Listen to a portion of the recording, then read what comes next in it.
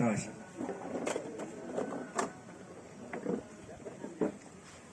Assalamualaikum warahmatullahi wabarakatuh. Waalaikumsalam warahmatullahi wabarakatuh. Alhamdulillahirabbil alamin wassalatu wassalamu ala Rasulillah wa ala alihi wa ashabihi wa mawalah. Asyhadu an la ilaha illallah wahdahu la syarikalah wa asyhadu anna Muhammadan abduhu wa rasuluh. Nih aki-aki anu dimuliakeun ku Allah. Mau mana nangis. Nangis ini memang nah yang Hayang disebutkan tentang ini gadis. hayang naon itu gadis. Gadis atuh. Oh, hayang neng mangga neng anu kararasep oge anu gadis anu jemedut. Mangga urang lajengkeunnya. Serius. Habetan Ibu Prof seueur habanyona supados teu ngantuk. Biar sehat.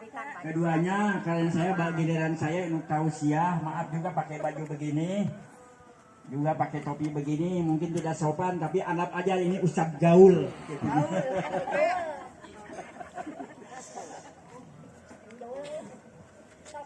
Saya akan petik juga ini, ada share dari Bapak Ketua kemarin. Ini materinya bagus, menyangkut masalah kesehatan.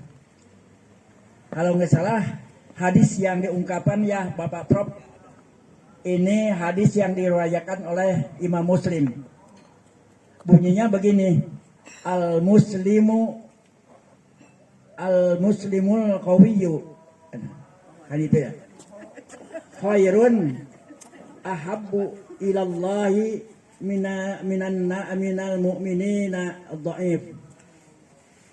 Jadi seorang mukmin yang kuat adalah lebih baik dan lebih dicintai oleh Allah daripada mukmin yang dhaif. Dhaif itu adalah lemah. Kenapa? Karena orang yang lemah itu ya tidak bisa berbuat apa-apa. Mau olahraga juga incok, mau sholat juga pasti banyak kendalanya. Makanya dipuji oleh Allah, al-mu'minul qawiyyu. Jadi orang yang mukmin yang kuat, khairun, lebih baik, wa ahabullah, dan lebih dicintai oleh Allah minal mu'minin dhaif, daripada mukmin yang lemah. Hadirin yang berbahagia, ini ada dua hadis yang teksnya sama, materinya sama, tapi perawinya beda. Satu perawinya oleh Imam Bukhari, dan yang keduanya adalah perawi yang kedua adalah Imam Tirmidzi. Kata Rasulullah, ada dua nikmat Allah, tapi kebanyakan manusia tertipu dengan nikmat itu. Bukan Allah menipu, tapi orang tertipu dengan dua nikmat ini. Apa yang dua nikmat ini? Yang pertama adalah nikmat sehat, dan yang kedua adalah waktu luang. Jadi kata Rasulullah, ada dua nikmat dari Allah yang kebanyakan manusia ini tertipu oleh dua nikmat ini. Yaitu yang pertama adalah nikmat sehat, yang keduanya adalah waktu luang. Karena apa?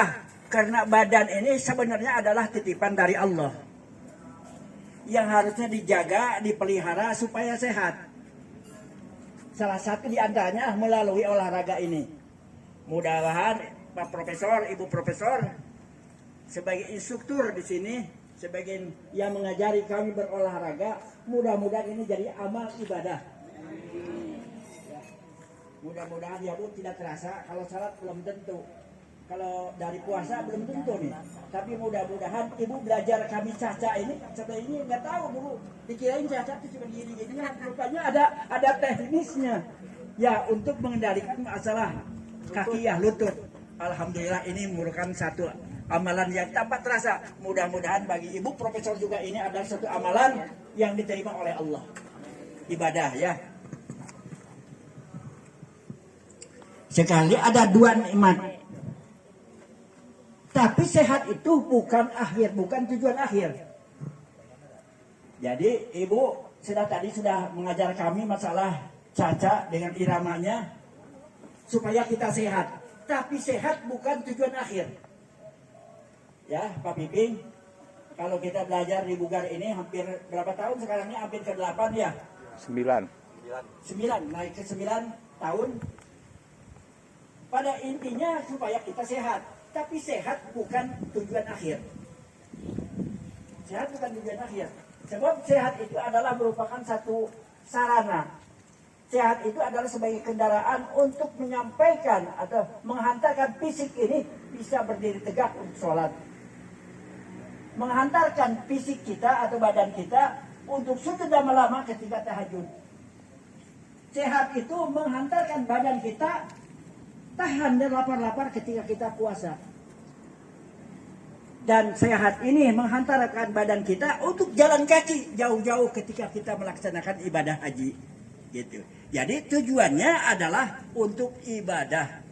Bagaimana supaya ibadah kita lebih rajin, ke masjid lebih rajin, puasa lebih rajin, tahajud lebih rajin. Itu loh pentingnya daripada sehat. Ya. Jadi sehat bukan tujuan akhir. Tujuan akhirnya adalah ibadah. Ya, mudah-mudahan Pak Haji Dodi kita 9 tahun di Bugar ini ibadahnya tambah kuat lagi. Amin amin sambil berdoa aja ya. Ibu Sri juga demikian. Tapi ada lagi satu peluang waktu yang sebarangkali ini yang bisa yang tertipu. Apa peluang waktu? Begini. Musim sekarang ini adalah musim Piala Dunia sepak bola. Banyak orang daripada yang remaja, yang dewasa, yang tua meluangkan waktu tahan minum air kopi supaya tidak ngantuk. Nanti jam 1 dan jam 2 malam subuh akan ada siaran antara Argentina dan Brazil. Coba bayangkan. Ini apal. Apa berarti nonton? Kan suka nonton. Jadi begini. Wah, sama enggak kalau tidak Persib mah enggak. Saya bobotoh Bu, kalau selain Persib nggak nonton. Jadi begini, ada peluang. Berapa jam tuh dari asar, dari Isya? Isya taruhlah habis kita jam 8, jadi jam 9, jam 10, 11, 12, jam 1, jam 2. 6 jam meninggal akan menunggu waktu 6 melihat Argentina Brazil. Padahal kalau baca Quran itu 6 jam berapa juz kita hafal? Jangankan 6 jam, 1 jam saja itu 1 juz kita untuk beribadah membaca Al-Quran cukup itu. 1 juz apalagi 6 jam. Nah ini sekarang demam Piala Dunia. Semua, bukan hanya bapak-bapak aja, ibu-ibu juga banyak. Dunia. Piala Dunia lagi Bu Sri ini. Bu Sri ini ditambah jam 2 tidak tidur. Kadang habis subuh nonton dari apa tadi? Portugal bersama Aljazair. Jadi dua nikmat ini yang ke Allah yang tersia-siakan oleh kita. Nikmat sehat dan nikmat luang waktu.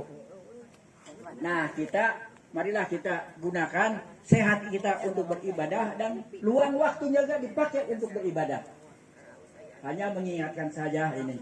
Mudah-mudahan ini ada manfaatnya ya Bu. Kalau ada waktu luang, pakailah kita untuk tahajud. Kalau sekarang ini barangkali untuk duha. Bentar lagi kita akan duhur. Sudah duhur langsung? Sudah asar langsung?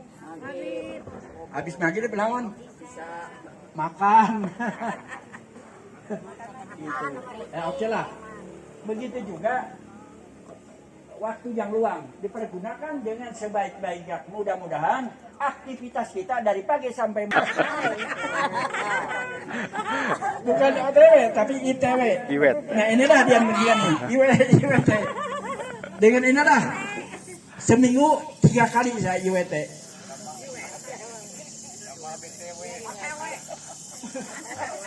OTW mah tiap hari Rebu ke Sartil. Alhamdulillah berkat keyakinan kita, motivasi kita, keyakinan kita dalam jangka sebulan. 3 penyakit ini bablas. Oh. Satu masa stroke sekarang sudah ada, Bu. Bukan dulu begini loh, ini lengot. Sekarang mah lari juga saya bisa. Nah, jadi ke masjid juga saya seger sekarang ini.